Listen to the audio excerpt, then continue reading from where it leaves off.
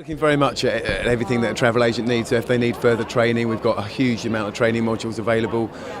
We've actually changed our setup, and smaller travel agents, rather than getting a visit maybe once every 3 or 4 months, a visit someone coming in the store, we've changed our account management for smaller agents to a telephone account management.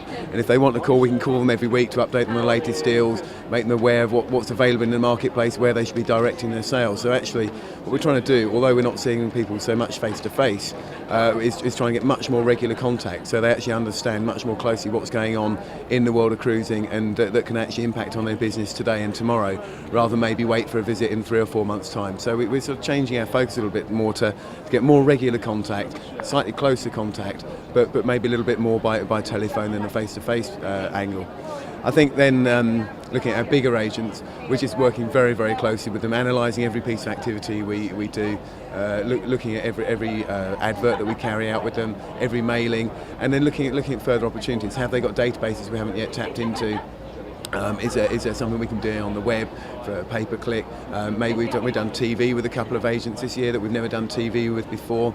We've done some television for Ocean Village with the Co-op group, and just done some TV with Harvey World Travel. So we're looking at different agents and expanding, how we talk to consumers jointly. So really what we're doing, I guess, is we're focusing on how can agents not necessarily compete with each other on the same customers, but go out and find new customers, and we're working with agents on ideas around that area. Talking of agents, it would appear from the outside it's a bit of an 80-20 rule. 80% of your business comes from 20% of agents, and the bigger agents discount. The home workers and smaller ones find it very difficult to compete. Is that something you think may change in the economic climate, or do you think it's just something we have to put up with? I have to say, I think discounting, if agents choose to discount, that's here to stay. It's a choice that they make on, they have a commission that we pay them, and what they do with that commission is completely up to them. I think probably in the current climate, people are going to be fighting harder for bookings, so I don't think discounting is going to go away. The 80-20 rule, you're absolutely right. 80% of our business does come from a small minority of large agents, and I think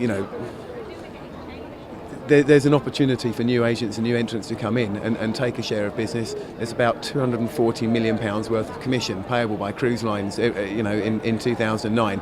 So to get a small chunk of that business is quite an attractive proposition.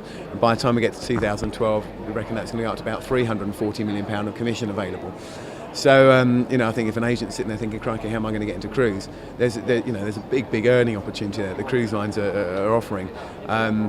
If people need to discount a bit to get involved, that's a business decision they need to make. Every agent understands their economics, they understand how their business works, they understand what money they need to make on any given booking, and we certainly wouldn't encourage an agent to make a booking and make a loss on making a booking.